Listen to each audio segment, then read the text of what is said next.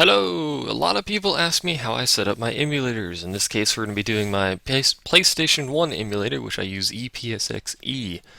This is the configuration, by the way.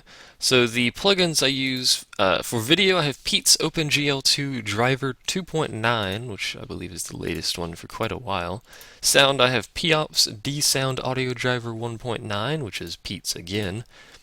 CD-ROM is irrelevant, but I have POPS CDR driver 1.4. Pete has all the good stuff, by the way, if you haven't caught on yet.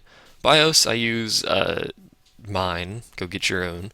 SCPH1001.bin, which is ye olden PlayStation as far as I'm aware.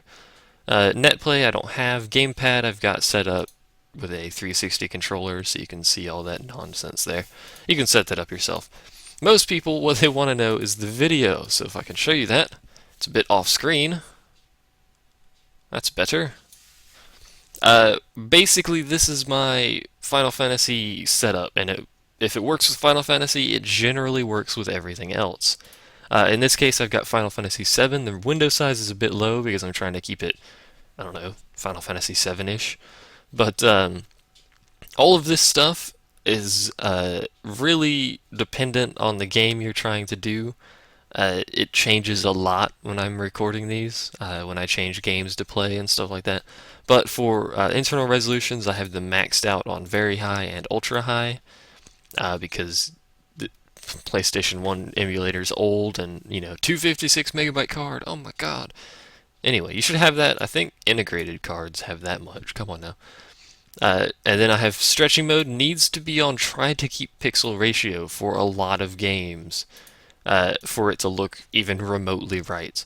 Render mode for Final Fantasy games, you're going to need use frame buffer object, otherwise it's going to break the battle transitions.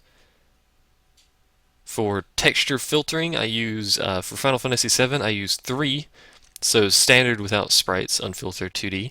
For Final Fantasy IX, I had extended without sprites, very slight difference. Final Fantasy VII breaks with extended as far as I can tell. High-res textures, depends on the game. Final Fantasy VII, none. Most Final Fantasies, it's going to be none. But for some newer ones, or most other games, you can generally get away with stretched and then have some filtering.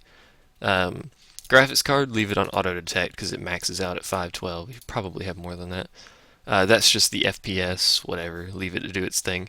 Off-screen drawing, pretty much every game is going to be standard. There's a few that are extended, just so you know. Frame buffer needs to be on 3 for most games, especially Final Fantasy, because it has the weird thing. Screen filtering doesn't really matter unless you have stretched. MDEC I always have on because it makes movies look better. And for Final Fantasy VII, it has a game fix here that I have to turn on. So look through the game fixes. That's it, basically. That's my configuration of ePSXe. Thanks for watching this incredibly short video. Yay!